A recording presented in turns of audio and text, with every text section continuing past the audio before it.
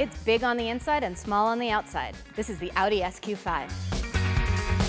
The 2018 Audi SQ5 has to meet a lot of expectations. Because it's an Audi, it needs to be luxurious. Because it's a Q5, people are going to expect it to be a fun, small crossover. Because it's an S model, you're going to want performance. Today we're going to take it out and see if it meets all those expectations.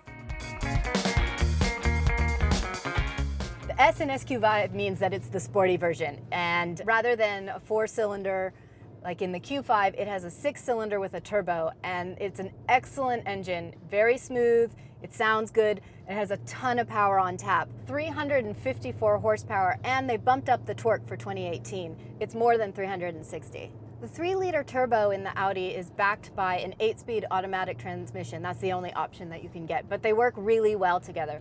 The transmission is great about keeping the turbo engine in its best power band no matter how quick you're going, which gives you a lot of power just right off throttle, especially if you're in some of the more dynamic driving modes. And it is excellent power. I mean, it's really a fast car. This is an all-wheel drive vehicle, but it's a little bit rear-weighted, meaning that it drives a little more like a rear-wheel drive car, which is nice. That gives it that performance feel of the back end kind of pushing the car forward. The SQ5 has a ton of different options for the driving modes. It has a normal driving mode, a comfort mode, which I'm not a huge fan of. I feel like it's a little bit like a jelly-filled marshmallow when you're in comfort. It's definitely soft though. You don't feel any bumps in the road. And then it has 2 off-road, all-road modes, which lift the vehicle up and are for light off-roading. One mode that the Audi has that isn't a mode that you see all the time is called Auto. And what that mode is supposed to do is adjust to your driving style. So if you're going slow or if the road's really bumpy, theoretically it would be more in a comfort mode. If you were on a curvy road and it could tell you were really kind of getting on it a little bit, it would tighten everything up, and it's supposed to do that automatically. I didn't notice it really responding to what I was doing, but it might need more dramatic inputs.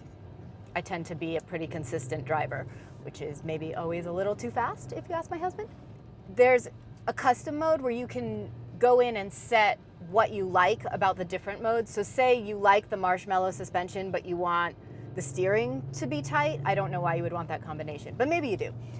You can do that. More likely is maybe you like the comfort mode, but you like the sound and the shifts of the dynamic mode. So you can go in and get that louder engine growl and the little bit tighter shifts.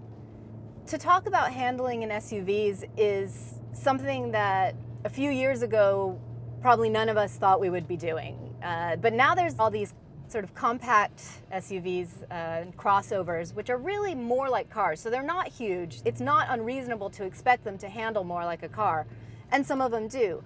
In particular, the SQ5 is an excellent handling machine. It really goes around the corners exactly where you want it to. It's very predictable. You can get it into a setting where you really don't feel any body roll. You have no idea that you're sitting up high. Every time that you choose a bigger car, you're taking on a responsibility. Everything about a larger car requires more distance, more time to get up to speed, more time to get down from speed, more time to make a turn.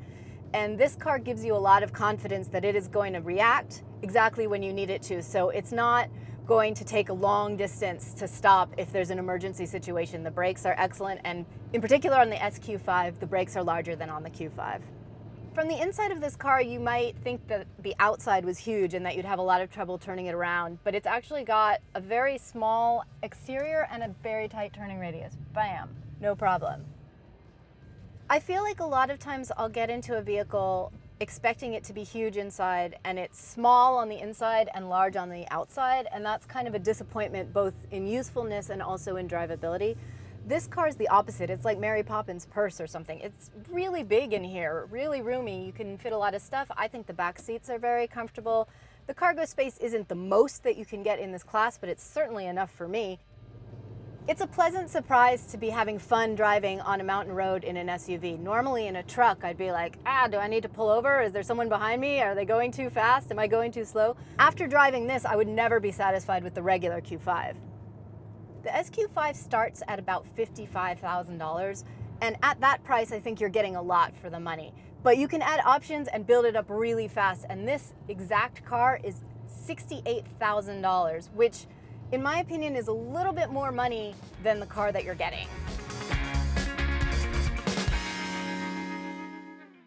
One of the selling points for the Q5 is the interior, and the SQ5 takes that to another level by adding even more great materials and also some sporty trim options.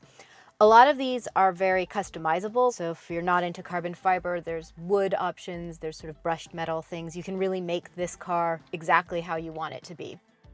And one of the things that I thought about when I first got in this car was that it reminded me of high fashion accessories. There's a lot of different materials and they all work together to give a general feeling of being much higher end and much more built to spec.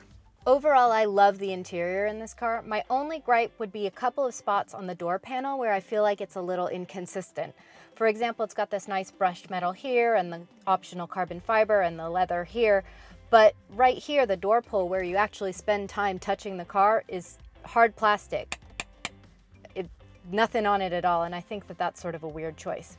The rest of the interior, though, is glorious, especially if you spend the extra money for the optional red pleated leather seats, which my husband said were like a lowrider, but he meant that as a compliment. In the front, you've got a ton of room. It's super comfortable. You'll never feel cramped. And the rear seats are very generous as well. You'd have to be extremely tall to have any complaints about them. I feel like SUVs of this size are kind of like starter family cars. You could absolutely have a baby, you could have a dog, you could take it out for date night when it's just the two of you, you could drive it as a daily to work and not feel especially wasteful. But it's not big enough to have a huge family or if you're doing a whole lot of activities. The SQ5 has an optional digital dash, and that's something that a lot of people are very excited about right now. It's new technology, it's very impressive and flashy. It's also very expensive. That might be something that's worth it to you, to have the map in here and to have it all be customizable. I think it's distracting. I'd rather be looking at the road and know that if I need something, it's all going to be in this center console. The other thing that happens with having the digital dash and all of the stuff that would normally come in the regular Q5, there's a lot of redundancy in the controls. You can get to the map on the steering wheel, you can get to the map here, you can get to the air conditioning from multiple places. And once you have it figured out, it's not the worst thing in the world, but it's easy to get confused and not remember how you got there in the first place. Standard in the SQ5 is the giant sunroof, which opens and really adds to the sense of space that you have in the car. It really brightens up the interior, even if you don't get the bright red seats. The pros of this car are the very fashionable interior and the huge amount of space that you have inside it compared to the exterior of the car. I really think that that's something where if you're going to be spending a lot of time in a car, you want the interior to be comfortable and you want to like the way it looks.